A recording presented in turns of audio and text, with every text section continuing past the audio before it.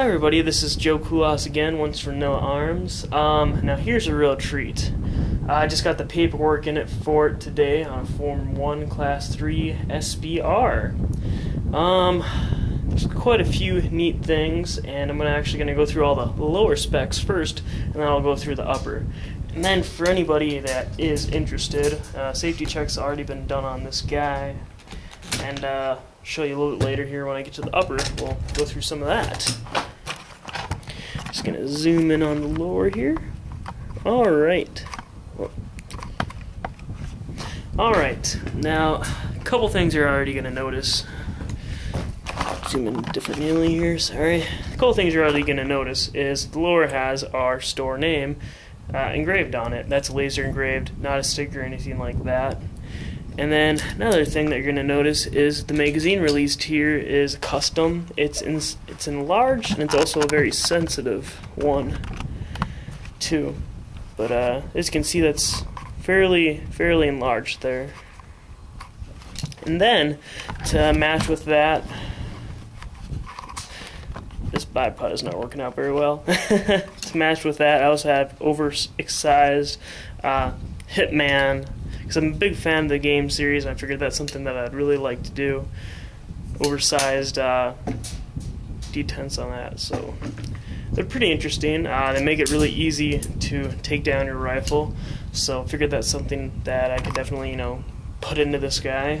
Then also with that, I have an AMB or AMB, people pronounce different ways, safeties. You can see that on both sides, so you can do it on this or on this side. And then another thing, actually, I'll get back to this side here. I have a Wilson's Combat bolt release. Whoop. Sorry everybody, I'm doing this here by myself, so it gets a little hard. Anyways, it's right here. It's very neat. It's textured on one side, flat, and then of course has the Wilson Combat engraved on there. And then it can either be sideways, straight, or of course other way, sideways. To the user's any type of, if you want, user's preference, however you want it. It's easily adjustable with a screw, except the only thing I suggest if you ever get one of these, get some Loctite in there. You'll see what I mean. And then with that, I don't know if anyone here is familiar with the Norgan mag release. Get a close up of that, but you'll see here when you actually hit right here. Oops. You hit right there, it comes, and that also, it's an ambi release also. So that way it's completely ambidextrous to the user, if you want to be left-handed or right-handed, or if you're in a situation where you need to switch the rifle to the other arm, and then you still need to do a mag release and swap out mags or anything like that. Very nice feature. And then, of course, you guys can notice the Spikes This is a Spikes Tactical lower.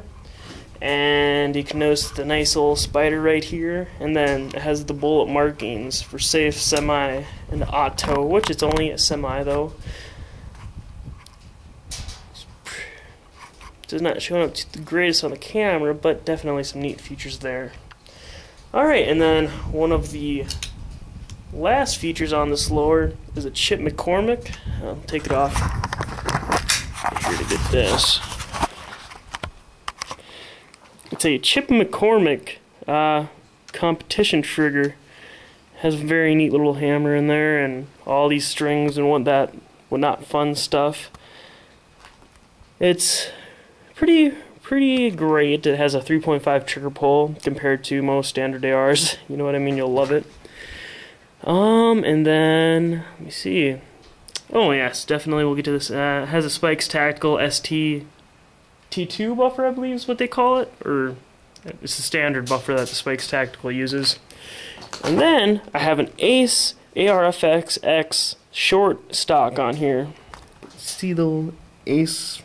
It's AceLTDUSA.com.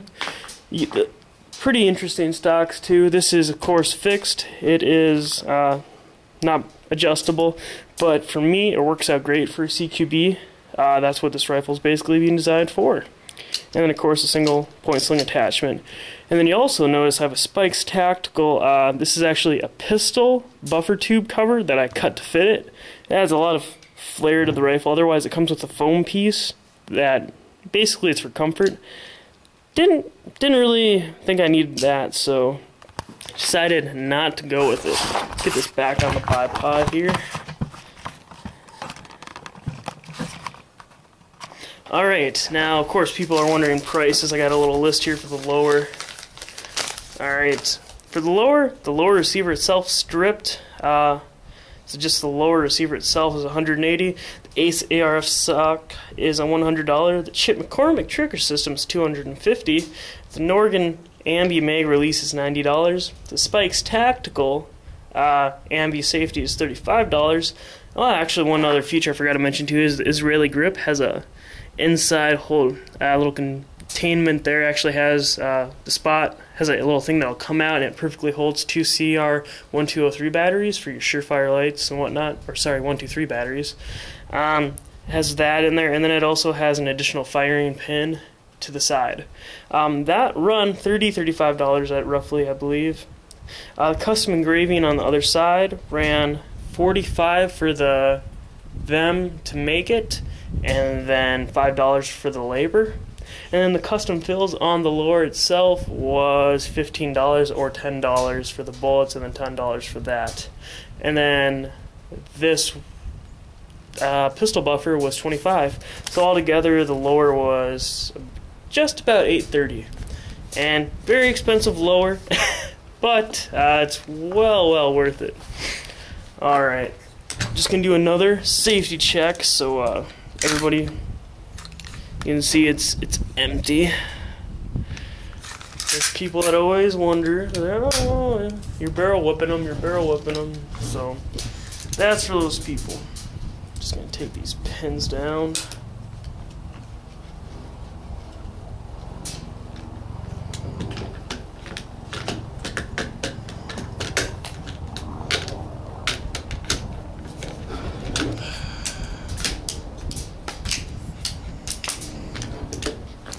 Alright, sorry about that.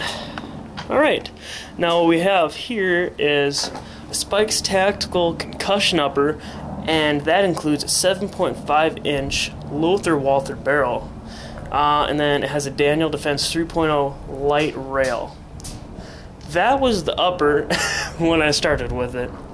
Now I took off their standard flash suppressor and I put a Smith Enterprises Vortex flash hider on there. As you guys can see, it's very nice. Has a lot of glare to it. A lot of people catches their attention. And also is the real version that has the dimples. It's not some cheap rip-off or anything like that. And then I also have the, let's see where to start with this. I have an NC Star. It's a pistol or rifle, very thin laser. It's ambidextrous, of course, for turning on. It's very easy. You can see it's on there. And then I have a Surefire G2 Neutralian. I went with this specific one because it's very compact, very lightweight. In standard, they're pretty good. It's a good flashlight. And then I went to upgrade the bulb with an Alpha G10. That's 410 lumen bulb, and then an upgraded Surefire end cap. That's it's a touch. It's not. Oh, sorry. It's not that you touch and it's on. It's a tap on, and then you have to tap off. All right. And then, of course, a Daniel Defense offset Picatinny rail mount for it. And that's actually mounted onto the NC Star laser. It's a very neat feature. If anyone's interested, you can look at some of my other videos for that. And then we have some Troy folding sights. And these are HK style. Very interesting. There's one in the rear too, but right now I have my magnifier mounted on there, so can of course flop that up. And then